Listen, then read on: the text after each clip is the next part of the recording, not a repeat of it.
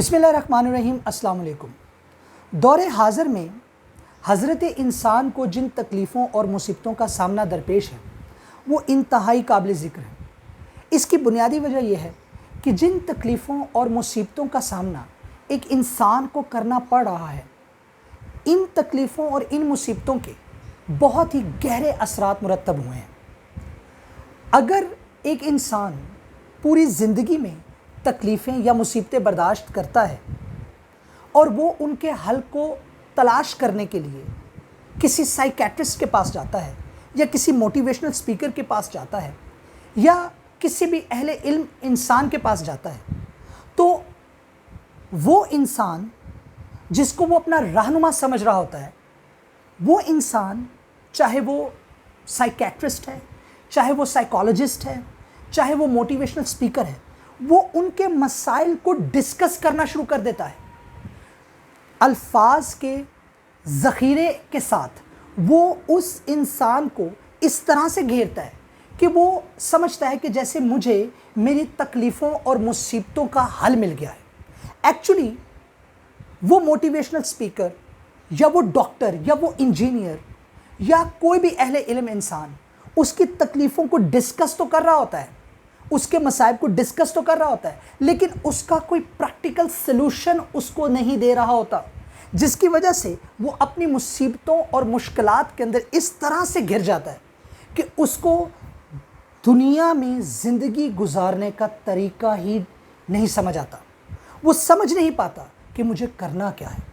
دیکھیے، میں آپ کو ایک بڑی اہم بات بتانے کی کوشش کرتا ہوں اور سمجھانے کی کوشش کرتا ہوں۔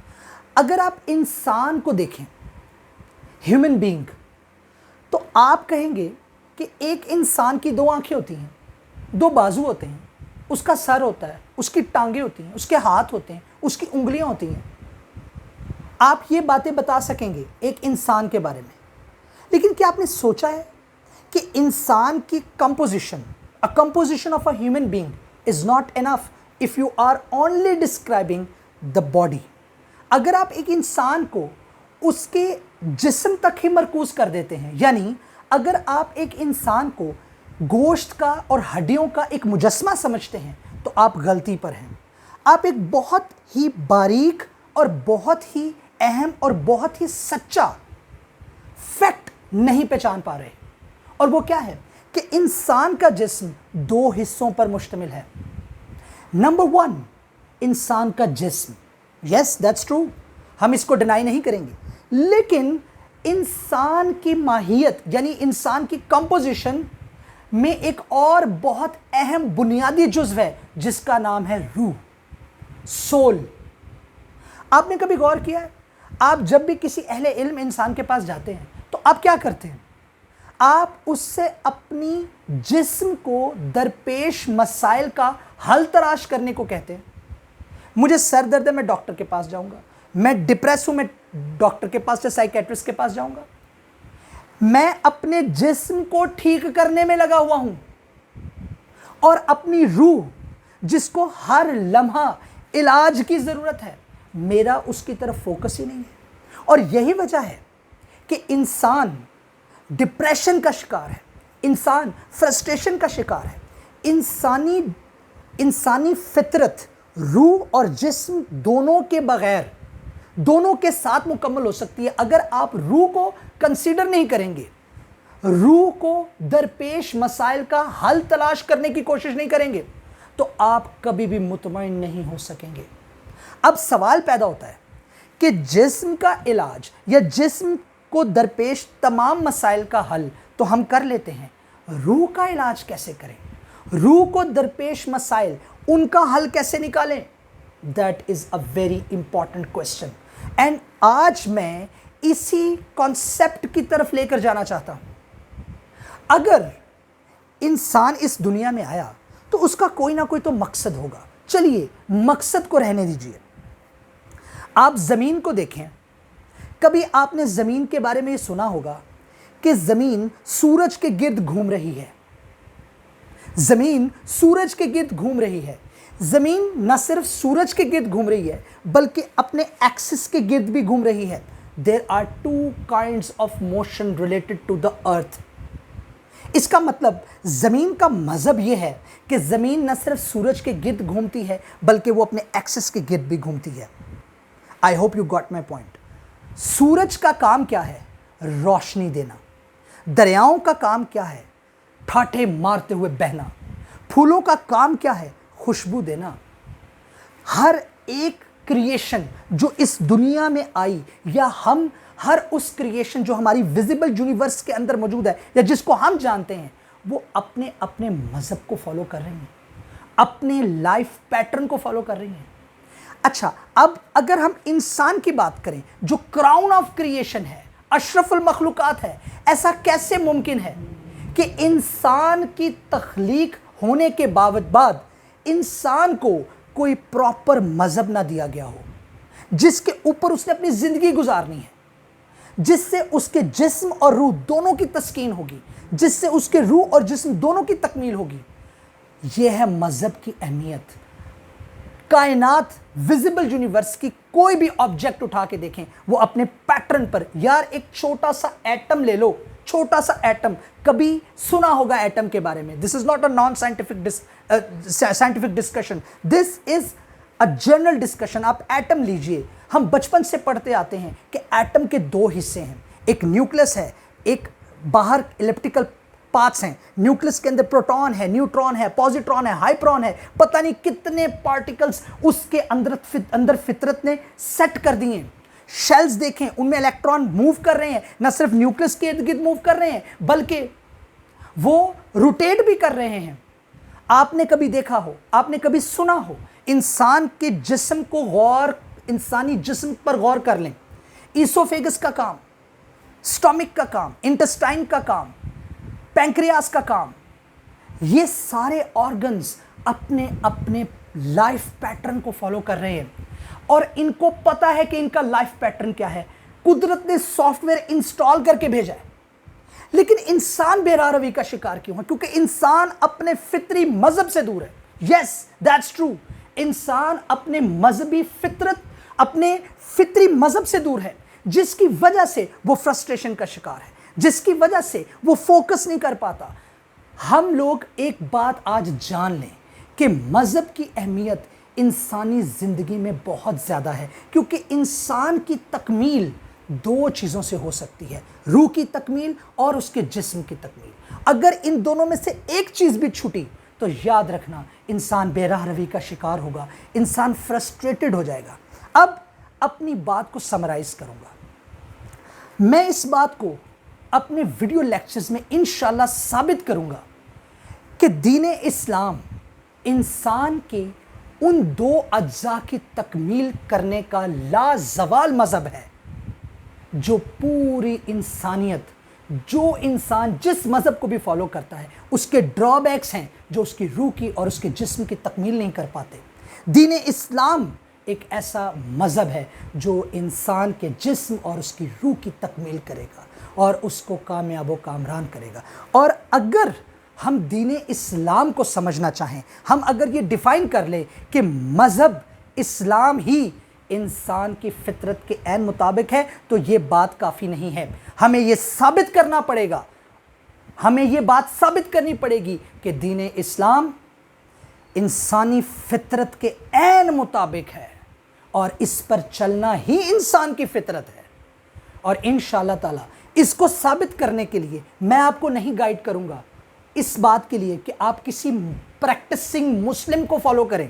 جی نہیں, آپ کو کوئی ضرورت نہیں مجھے فالو کرنے کی, آپ کو کوئی ضرورت نہیں ڈاکٹر ذاکر نائک کو فالو کرنے کی یا اس طرح کے کئی مذہبی اسکالر کو فالو کرنے کی. آپ کو ضرورت ہے اسلام کا لٹریچر پڑھنے کی اور اسلام کی تعلیمات حاصل کرنے کی. یار چھوڑ دو سارے کام, آپ کسی کو فالو نہ کرو. میں آپ کو گارنٹی دیتا ہوں, آپ اسلام مذہب دین اسلام کو سمجھنا چاہتے ہیں, اپنی مشکلات کا حل حاصل کرنا چاہتے ہیں, صرف ایک کام کیجیے, قرآن پڑھنا شروع کیجیے.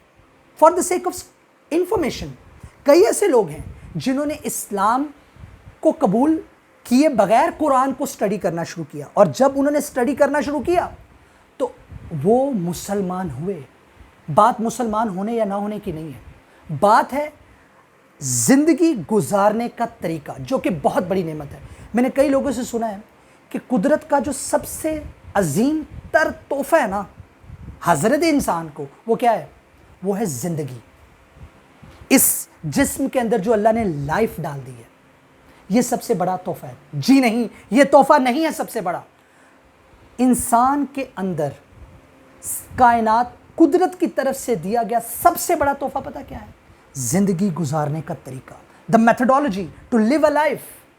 اور ان ڈسکشنز میں ہم انشاءاللہ اسی میتھڈالوجی پر بات کریں گے۔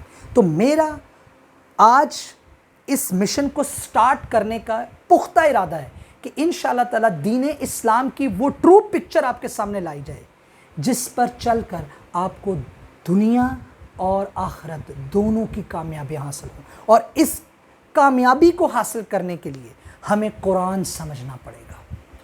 For the sake of information سمجھ لیجئے، مت کہیے لا الہ الا اللہ محمد رسول اللہ۔ میں گارنٹی دیتا ہوں آپ کو کہ جب آپ قرآن سٹڈی کرنا شروع کریں گے نیت کے ساتھ اور ہدایت حاصل کرنے کے لیے، تو پھر آپ پر ایسے ایسے راز افشا ہوں گے جس میں آپ پھر اپنے وجود اور روح کو روک ہی نہیں سکیں گے دین اسلام کی دولت سے بہرہ ہونے کے لیے۔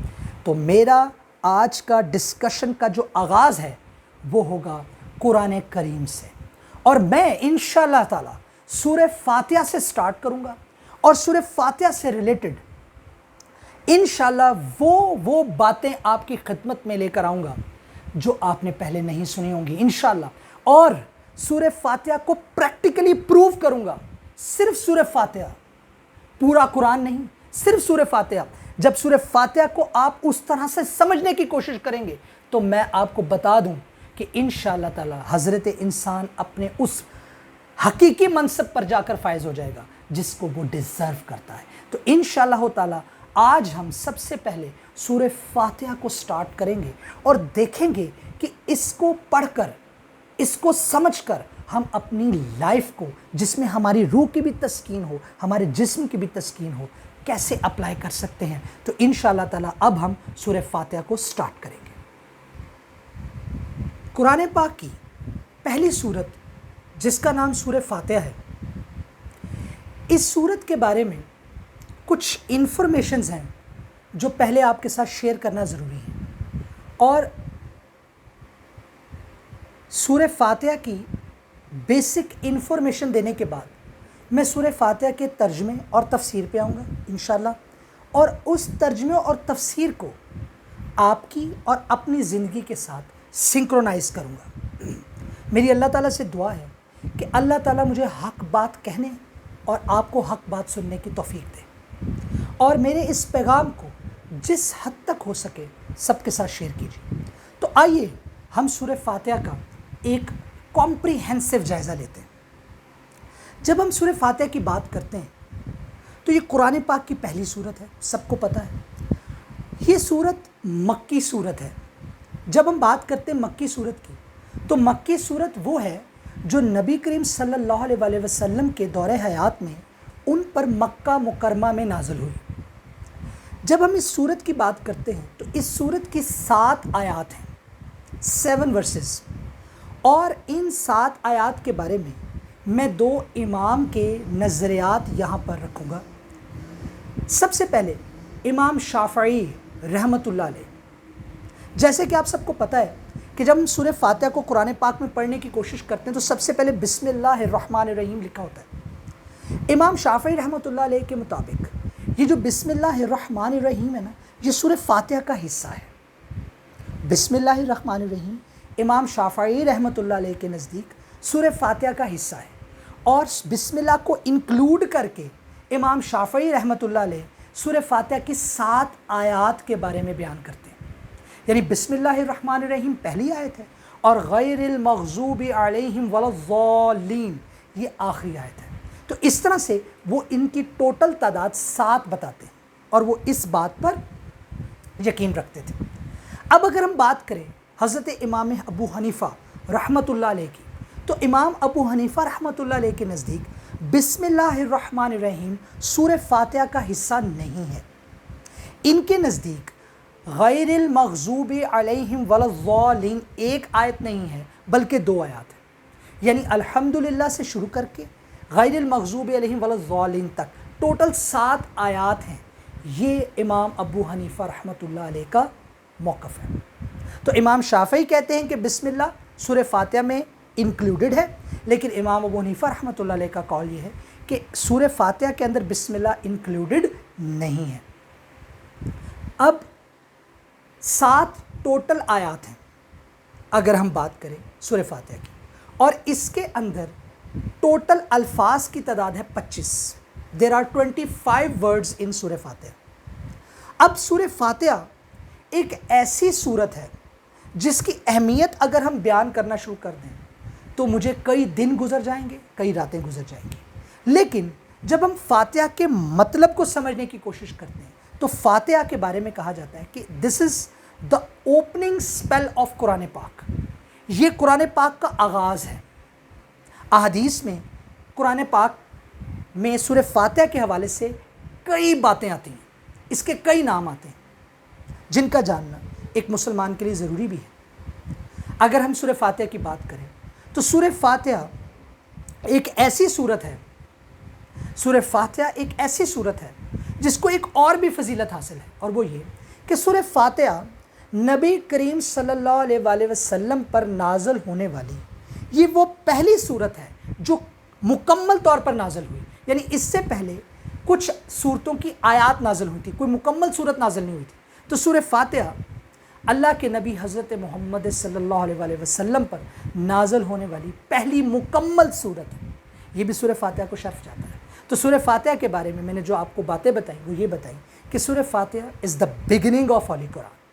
اس کے اندر 7 ورسز ہیں، اس کے اندر 7 آیات ہیں، اور امام شافعی رحمۃ اللہ علیہ اور امام ابو حنیفہ رحمۃ اللہ علیہ کے نظریات بھی آپ کے سامنے رکھتے ہیں. اس میں 25 الفاظ ہیں. اور اگر ہم بات کریں وہ کون سی صورت ہے، پہلی صورت ہے جو نبی کریم صلی اللہ علیہ وسلم پر مکمل نازل ہوئی، تو وہ سورہ فاتحہ ہے. تو اب ہم لوگ سورہ فاتحہ کی اہمیت کو جاننے کی کوشش کریں گے اور بعد میں اس کے ترجمے اور تفسیر پہ آئیں گے، اور پھر ہم اپنے اس ٹاپک سے نہیں ہٹیں گے جس ٹاپک کو ذکر میں پہلے کر چکا ہوں کہ میں نے سورہ فاتحہ کو انسان کی زندگی کے ساتھ ریلیٹ کرنا ہے. تو سورہ فاتحہ کی اب جو ہم سورہ فاتحہ کو سٹڈی کریں گے وہ احادیث کی روشنی میں کریں گے.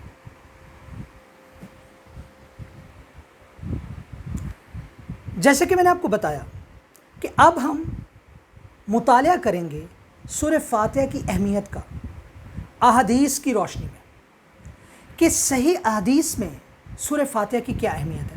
میں اس بات کو کرنے سے پہلے ایک اور بڑی اہم بات کی طرف آپ کی توجہ لے کر جانا چاہتا ہوں. ایک مسلمان کی جب ہم بات کرتے ہیں تو مسلمان کے لیے اللہ تعالیٰ نے مختلف عوامل کو پسند کیا اور فرض کیا ہے، جس میں سے اولین فرائض میں سے جو سب سے پہلا فرض ہے وہ ہے نماز. جیسے کہ ہم سب کو پتہ ہے کہ نماز کے بغیر ایک مسلمان ہے ہی نہیں. سب سے پہلے ہم یہ دیکھیں گے کہ نماز جو دین اسلام کا سب سے اہم رکن ہے، سب سے اہم فرض ہے، اس کے اندر سورہ فاتحہ کی کیا اہمیت ہے. تو میں سورہ فاتحہ کی اہمیت کا آغاز کروں گا احادیث کی روشنی میں، اور سب سے پہلے احادیث کی سب سے معتبر کتاب جس کا نام صحیح بخاری ہے، اس میں سے میں 3 احادیث پیش کروں گا جس سے پتہ چلے گا، جس سے ہماری انفارمیشن میں اضافہ ہوگا کہ سورہ فاتحہ کتنی اہمیت کی حامل ہے. سب سے پہلے صحیح بخاری کی جلد 4 اور حدیث کا نمبر ہے 4703. اس حدیث کے جو راوی ہیں وہ حضرت ابو سعید رضی اللہ تعالیٰ عنہ، اور وہ اس حدیث کو نقل کرتے ہیں نبی کریم صلی اللہ علیہ وآلہ وسلم سے. بڑی زبردست حدیث ہے، انشاءاللہ آپ کی روح تازہ ہو جائے گی. تو آئیے اس حدیث کا مفہوم سنتے ہیں اور اس سے سورہ فاتحہ کی اہمیت کو جاننے کی کوشش کرتے ہیں. حضرت ابو سعید رضی اللہ تعالیٰ عنہ فرماتے ہیں کہ ایک بار وہ نماز پڑھ رہے تھے اور آپ کے پاس سے حضرت محمد مصطفیٰ صلی اللہ علیہ وسلم کا گزر ہوا. آپ علیہ الصلوۃ والسلام نے ابو سعید کو آواز دی. ابو سعید نے آواز سن لی، لیکن چونکہ وہ نماز کی حالت میں تھے تو وہ جواب نہ دے سکے. جب وہ نماز سے فارغ ہوئے تو حضور علیہ الصلوۃ والسلام کی خدمت عالیہ میں پیش ہوئے اور کہا یا رسول اللہ صلی اللہ علیہ وسلم میں حاضر خدمت ہوں۔ اللہ کے نبی نے کہا کہ جب میں نے آپ کو بلایا تھا تو آپ نے میری آواز کا جواب کیوں نہیں دیا یا آپ میرے پاس کیوں نہیں آئے؟ تو حضرت ابو سعید نے فرمایا کہ یا رسول اللہ صلی اللہ علیہ وسلم میں نماز پڑھ رہا تھا۔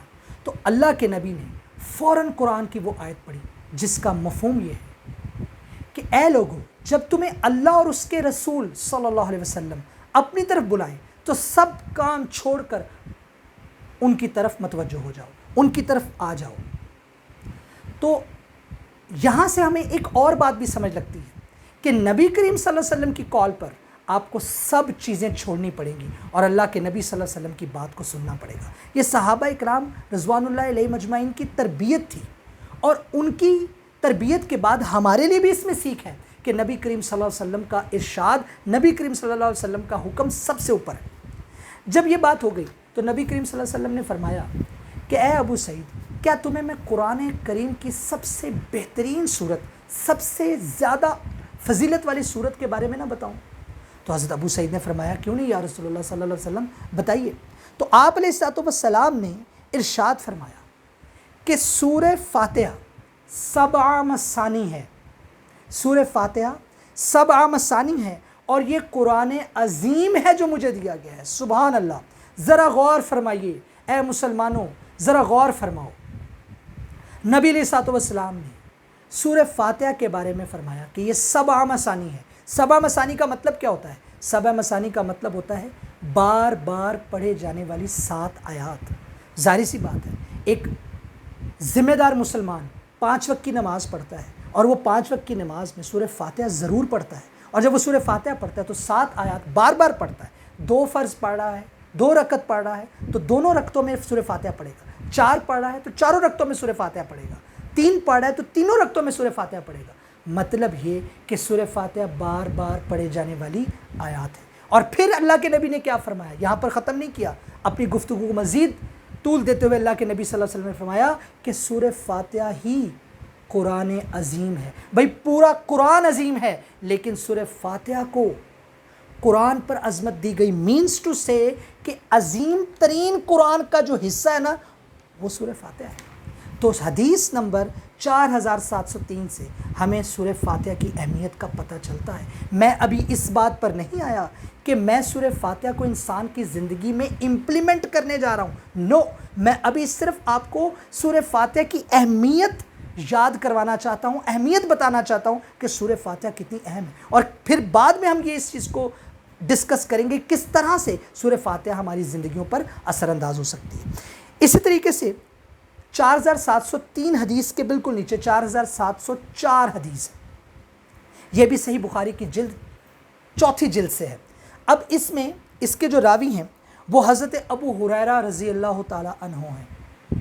جی ہاں، یہ وہ صحابی رسول ہیں جنہوں نے سب سے زیادہ حدیثیں نبی کریم صلی اللہ علیہ وسلم سے روایت کی۔